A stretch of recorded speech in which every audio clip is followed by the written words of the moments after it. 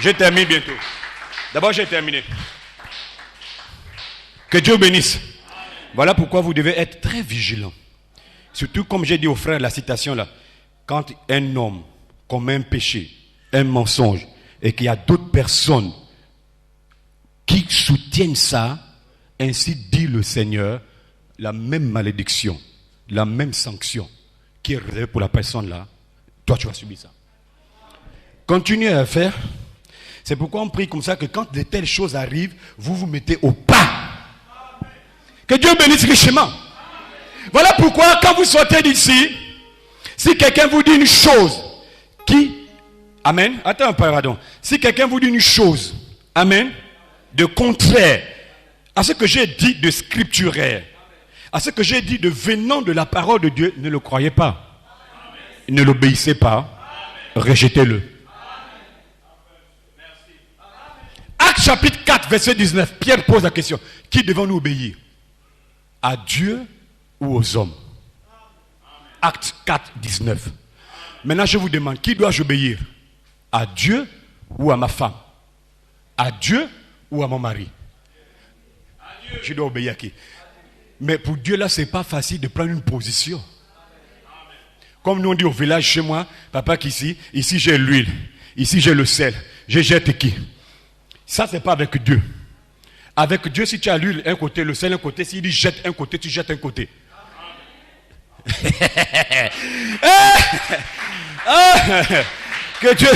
Que Dieu bénisse richement. Amen. Je sais une chose, c'est que vous êtes des fils et des filles de Dieu et vous êtes condamnés à obéir à la parole. Même moi-même, je m'aligne à ça.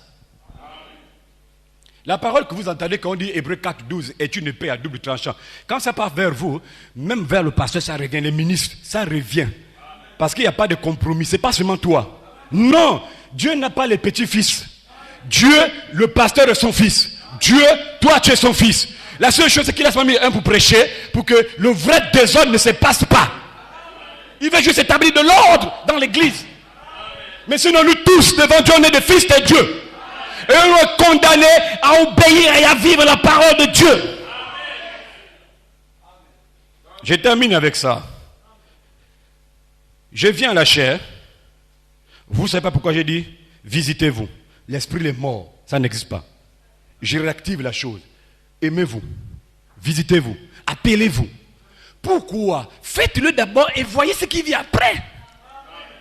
Mais s'il arrive que les sœurs qui sont mariées, que le mari vient te dire je ne veux pas que tu partes avec quelle sœur, pose la question à ton mari, qu'est-ce qui ne va pas?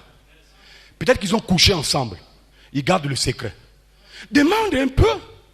Parce qu'il doit avoir une raison qui fait que toi, ils t'interdisent. Et c'est normal, le mari doit quand même veiller. Bon, d'accord, je veux bien, mais explique-moi pourquoi tu ne veux pas être ami, ou bien appelé, ou bien visité.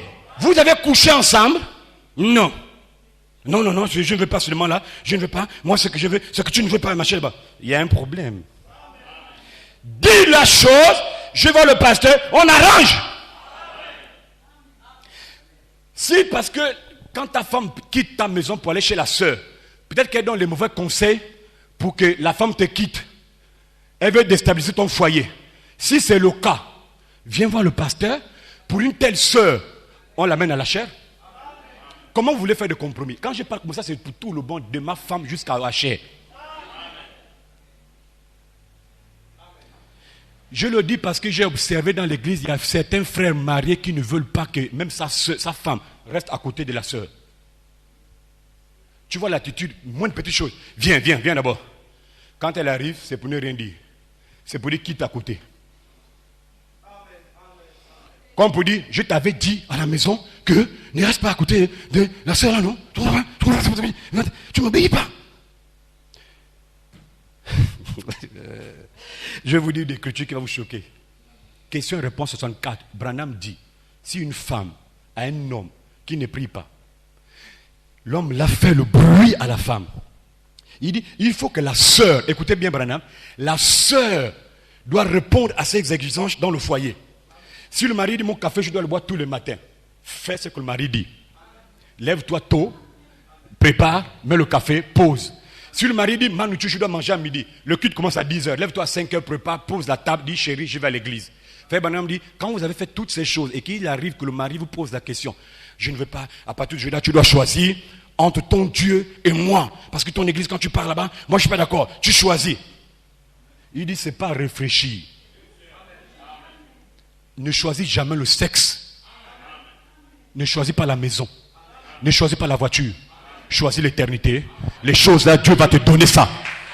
Qui le dit? Dieu.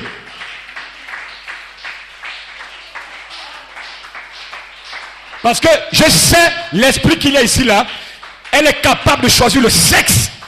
Je le parle en connaissance. On avait une sœur ici, le mari est bien placé dans le pays. Elle a fait presque 1 an avec nous. Ça n'allait même plus. Les prières, tout, un moment, le mari était dérangé. Il dit, tu choisis entre moi et ton Dieu. Volontairement, elle dit, mon mari a dit que je choisis entre lui et machin. La question, je ne peux pas supporter. Donc, je vais obéir à mon mari. Elle est sortie de l'église. Elle est partie.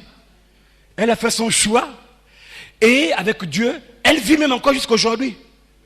Mais Dieu attend seulement son tournant. Dieu attend son tournant. Hein?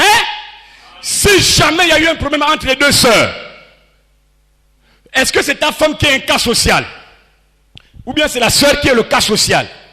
Là, il y a un problème. Dorénavant, quand vous avez quelque chose entre vous, venez me voir, on prie ensemble. On arrange le problème.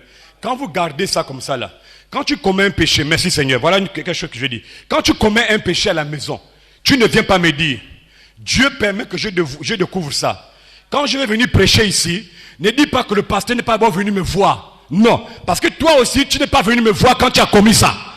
Donc c'est pas quand je vais venir prêcher ici que le diable va te posséder pour que tu dises maintenant, il n'est pas venu me voir pour me voir d'abord, même pas me demander, mais quand tu l'as fait, est-ce que tu es venu me voir?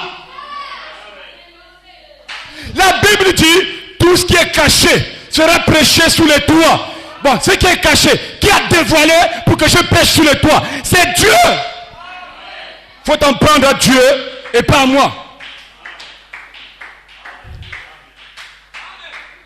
Dites bien Amen. Je prêche comme ça pour que les réveils qui suivent, tout ce qui va arriver, jusqu'à ce que tous les hommes de Dieu la descendent ici au Gabon, ils vont trouver les fils de Dieu délivrés.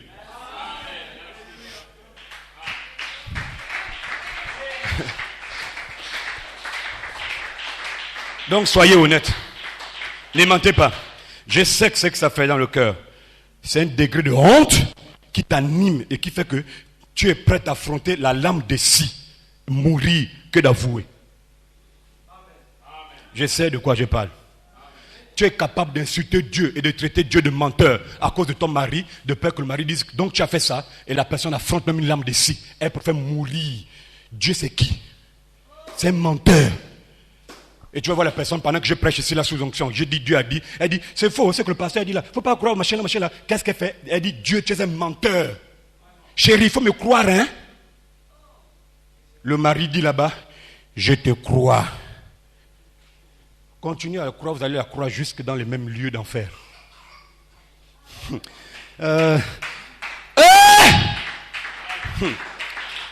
L'église là, que Dieu m'aide hein.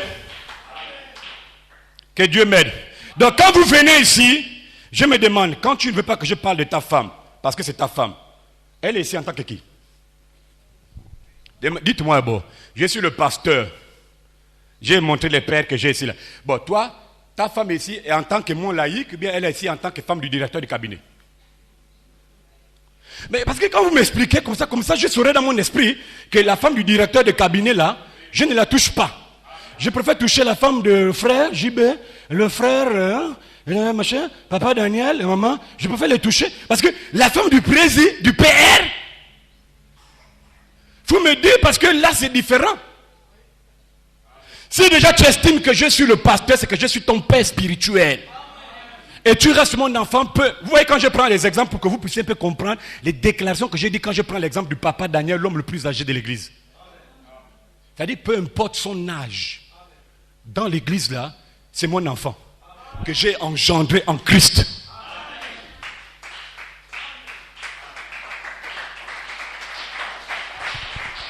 Pour rien au monde, je ne manquerai du respect à un tel homme. Je ne manquerai du respect à Stina bien à Louise. Non. Peu importe ton âge, je ne peux pas te manquer du respect.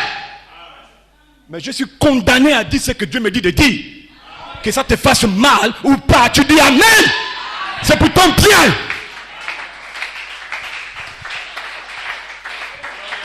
Ah, merci Seigneur. Là je termine. C'était la chose la plus capitale. Merci, j'avais déjà oublié. Je dormais à la maison. Mon épouse dormait. Je pensais, j'ai dit Seigneur, qu'est-ce qui se passe?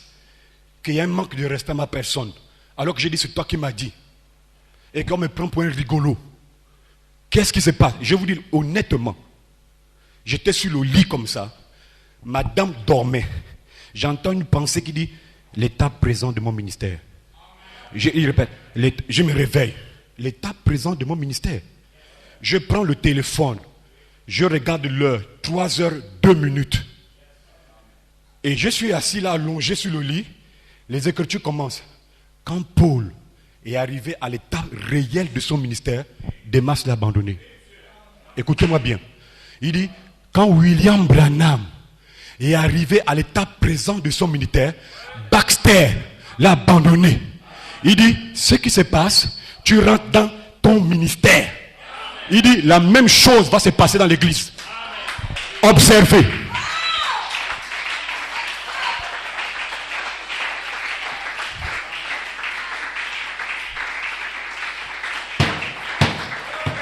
J'étais un peu traumatisé.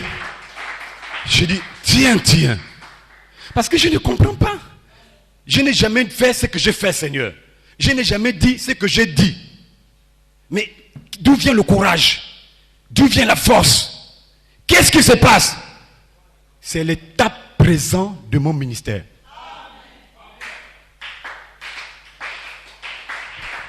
Et c'est là où vous allez voir. Il dit, observez ce qui va arriver à l'église. Comme Élie 12 ans disait quand il était abattu, il dit, pasteur, mon épouse est là. Les églises, les frères que tu vois dans ton église, partout là, ils se parlent entre eux. Ils se communiquent entre eux pour voir qui a un esprit faible dans l'église. Il dit, il faut faire très attention.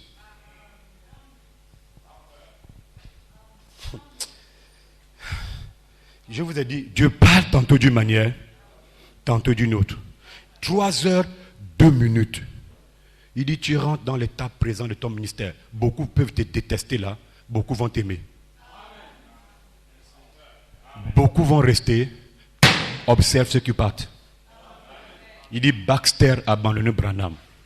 Pas parce que Branham prêchait la fausseté, mais Branham était rentré dans son ministère. Il prêchait les choses directement. L'autre dit, tu ne respectes pas l'église. Tu ne peux pas, c'est pas normal. Comment tu peux parler comme ça? Comment tu peux parler comme ça là? Il dit, l'état présent de ton ministère. C'est pourquoi je prie à chacun, d'après l'écriture, faites très attention.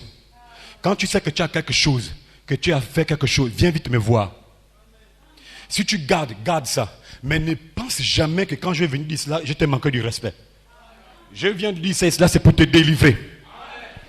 Dites bien Amen. Une chose est sûre, les fils et les filles de Dieu, dans cette saison, dans cette église, vont supporter la réprimande.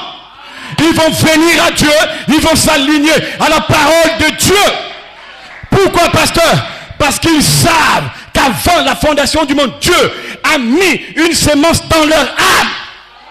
Et ils savent que Dieu, peu importe la réprimande qui va se passer dans l'église, ils vont tenir ferme.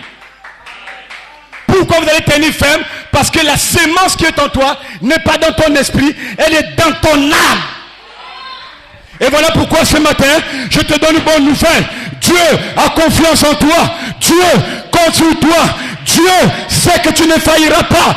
Peu importe le fait que tu aies contourné la théophanie, dans le nom de Jésus, tu ne failliras pas. Tu n'échoueras pas, tu ne reculeras pas, tu n'abandonneras pas, tu vas t'accrocher à la parole. À qui d'autre irai-je? C'est toi qui délivre, c'est toi qui sauve. Où irai-je, Seigneur? Accrochez-vous à la parole de Dieu. Dieu vous aime. Que Dieu vous bénisse. Il se soucie. Dieu tient sa parole. William Branham, Dieu se soucie de votre condition sociale parce qu'il veut vous aider. Voilà ce que j'avais à cœur. Église, respectez-vous les uns les autres.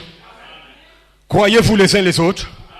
Quand quelqu'un vient dire quelque chose de faux, dis j'appelle le pasteur, on va régler ça. Parce que je ne veux pas qu'on me lève mon nom un jour à la chair. Si tu gardes ça, j'ai parlé quelque chose. Attendez, juste de patience envers la sœur. Vous allez voir, je vais lever les 3 sœurs ici là. Attendez. Je parle là, Dieu me voit, juste de patience. C'est-à-dire que j'accorde à la sœur le temps de venir me voir. Mais pendant que je parle comme ça là, elle garde son calme. Il garde leur calme. Je vais les lever ici et je vais demander, toi tu es parti dire quoi à l'autre?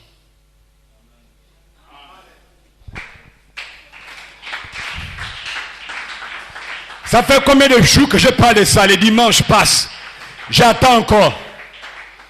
Mais vous allez voir, c'est un bon dimanche pendant la prédication. Je prêche le nom du livre. Après, je vais vous chercher. On rentre. De nos jours, on va maintenant prêcher Elohim le Logos d'abord. Même pour 10 minutes ou 15 minutes. Après, pour ceux qui sont entre Elohim et le Logos, on les laisse là-bas. Je descends prendre les fils de Dieu qui doivent être dans Elohim le Logos. Donc, tout le long de la route là, ils tapent. Viens ici là.